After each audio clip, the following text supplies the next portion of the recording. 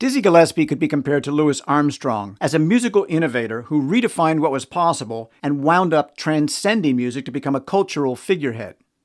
Dizzy was the yin to Charlie Parker's yang. They were very different people who lived very different lives, yet they shared a musical bond and they were co-leaders of the bebop movement. Bird and Dizzy's styles were both forged in the bebop era. Neither changed their style very much over the course of their careers, but because Dizzy didn't follow Bird's destructive path, he enjoyed a long and happy career in a broader historical context and with influence extending beyond music. Dizzy was born John Birks Gillespie in 1917, which would make him 3 years older than Bird. He grew up in Cherah, South Carolina, where his father led a local band, so he was exposed to music as a child. He married a dancer named Lorraine Gillis at the age of 23, and they remained married for the rest of his life. Dizzy was known to be a prankster and a clown, which is how he got his nickname, and it figures into a famous story about him getting fired from Cab Calloway's band in his early career. Someone threw a spitball at Cab, and he blamed Dizzy, a logical assumption, although Dizzy always said it wasn't him. The argument wound up with Dizzy stabbing Calloway in the leg. It wasn't a serious wound, but unsurprisingly, Cab fired him. It was probably the straw that broke the camel's back, as Cab was not a fan of the new style of playing embraced by Dizzy and the other beboppers. In 1943, Dizzy played in the Earl Hines Band along with Charlie Parker. Dizzy said of that band, "The leading exponents of bebop ended up in the Hines Band." But people have the erroneous impression that the music was new. It was not. The music evolved from what went before. It was the same basic music. The difference was how you got from here to there. Now, to me, this is along the same lines as Charlie Parker, who said in the interview with Paul Desmond that he didn't view his own playing as being that much different. The same was also true a decade later when Ornette Coleman was surprised and hurt by the negative reaction to his music, which in his mind was just the way he heard it. Most great jazz innovators like Dizzy spawn a school of people who play similarly. That was true of Charlie Parker and Lester Young and many others. Although Dizzy did influence trumpet style, there were and are few players who can truly emulate him. Wynton Marsalis said, "No one had ever considered playing a trumpet that way, let alone actually tried." Dizzy was an example of someone who gets the right results from doing the wrong things, in that brass players are generally discouraged from puffing their cheeks, and yet Dizzy was an extreme example of that. His puffed cheeks probably contributed to his extraordinary high range. A doctor who wanted to use a picture of Dizzy in a book to describe the condition of loosened and expanded cheek muscles coined the term Gillespie Pouches. The condition can also be found among people who create figures out of balloons. Another unique and identifying element for Dizzy was his trumpet with the bell upturned at a 45-degree angle. He said that it was the result of a couple of dancers knocking it over during a show, but he liked the way it affected the sound, and he had his subsequent horns manufactured like that. A few other people played horns like that. Lee Morgan was one, and Arturo Sandoval another, both of them when they played with Dizzy, but for the most part, it's a trademark element of Dizzy, just like his cheeks. Beyond his extraordinary ability on the trumpet, Dizzy was a student of the music who happily shared information, and that was not true of everyone. In addition to his prominent role in the development of bebop, Dizzy, in collaboration with the percussionist Chano Pozo, was a pioneer in what became known as Afro-Cuban jazz, or more broadly, Latin jazz. In later years, Dizzy provided a showcase and a launching pad for the Cuban trumpeter Arturo Sandoval. The first time I heard Arturo live, he was playing with Dizzy, and I was struck by how willing Dizzy was to share his spotlight. In keeping with Dizzy's fondness for pranks, but also in an attempt to raise awareness and money for the civil rights movement, Dizzy put himself forward as a write-in candidate for the U.S. presidency after the assassination of John F. Kennedy in 1963. In Dizzy's platform, the White House would be renamed the Blues House. The diplomatic Duke Ellington would serve as Secretary of State. The somewhat mysterious Miles Davis would direct the CIA. Charles Mingus, who was known for having a temper, would be Secretary of Peace. Ray Charles, who of course was blind, would serve as the Librarian of Congress. Louis Armstrong, lover of marijuana, would be the Secretary of Agriculture. Mary Lou Williams, who converted to Catholicism and composed a Mass, would be the ambassador to the Vatican. Malcolm X, a civil rights activist who felt that black people should fight for their rights by any means necessary, would be the Attorney General. And Thelonious Monk, who would periodically get up from the piano to dance or turn in circles, would be a traveling ambassador. Dizzy and the Republican nominee Barry Goldwater lost the election to the incumbent and former Vice President Lyndon B. Johnson. In the midst of the violent civil rights struggle in the 1960s, Dizzy was attracted to the message of unity espoused by the Baha'i faith. This increased his natural predilection for embracing the music of the world. In Dizzy's words, I don't care much about music. What I like is sounds. I compared Dizzy to Louis Armstrong, and in much the same way, he charmed everyone with his natural ebullience, and he became a cultural ambassador to the world. As an example of Dizzy's influence and devotion, in a single year, 1989, at the age of 72, he presented 300 performances in 27 countries and 100 U.S. cities. He headlined 3 TV specials, performed with 2 symphonies, and recorded 4 albums. He was crowned a Nigerian chief, and he received France's most prestigious cultural award. He was named Regent Professor by the University of California, and he received his 14th honorary degree, that one from the Berklee College of Music. In Dizzy and Kermit the Frog, we see 2 beloved characters, each of whom impacted the world far beyond what they could have originally imagined.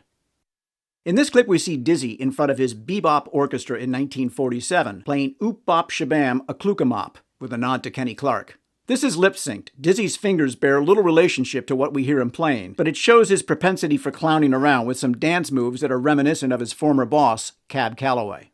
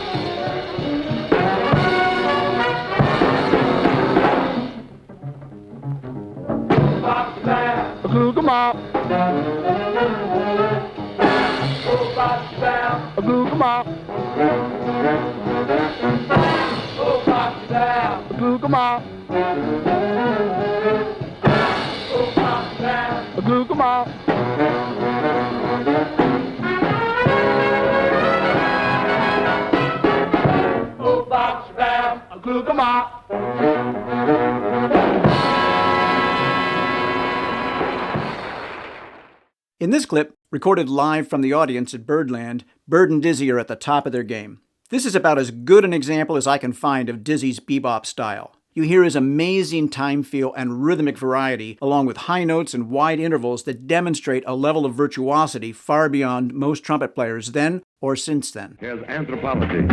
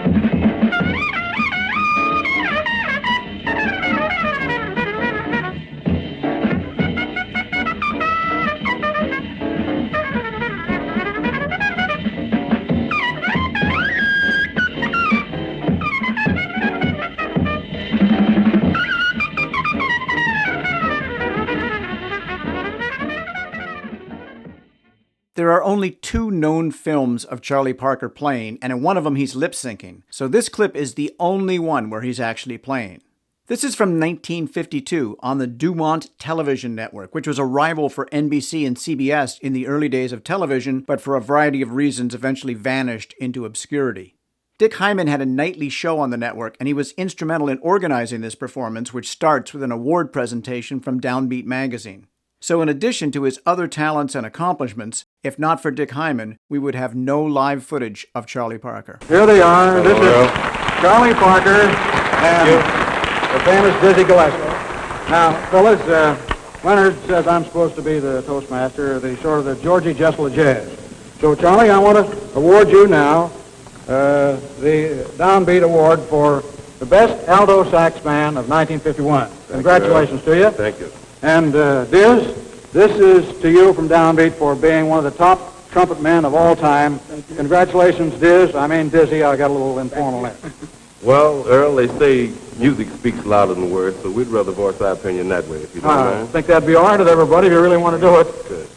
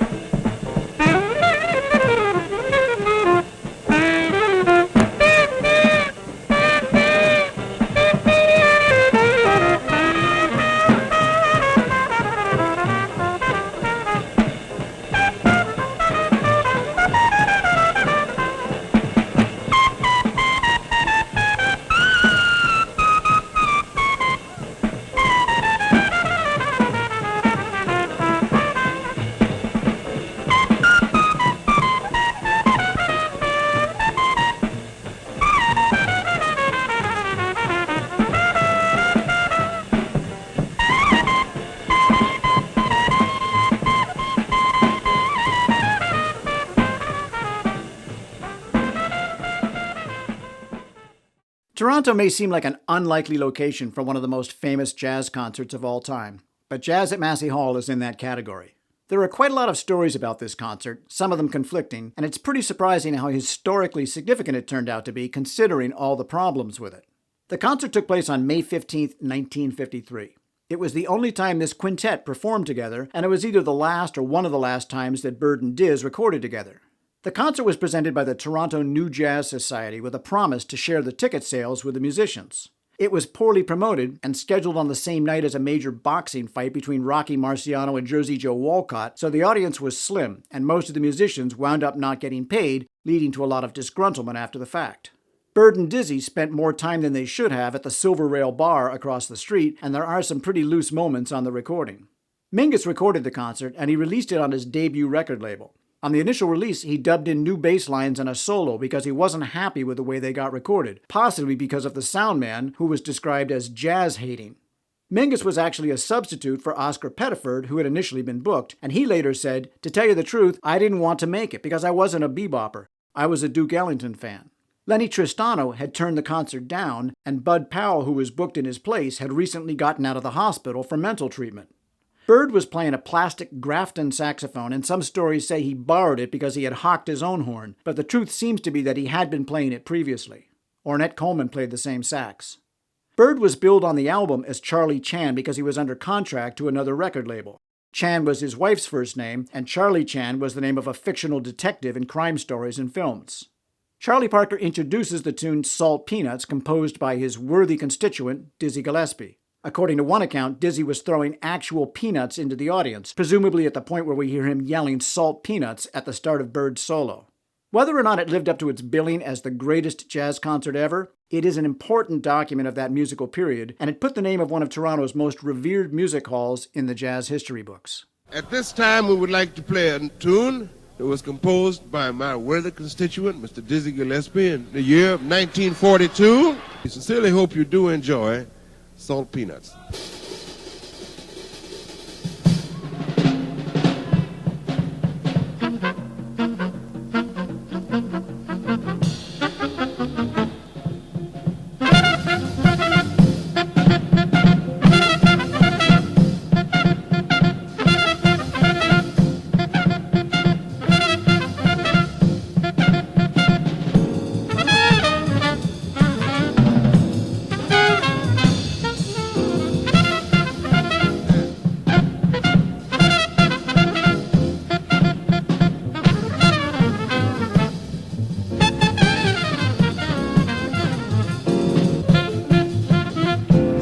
Salt peanuts. Salt peanuts, salt peanuts. Salt peanuts, salt peanuts. Salt peanuts.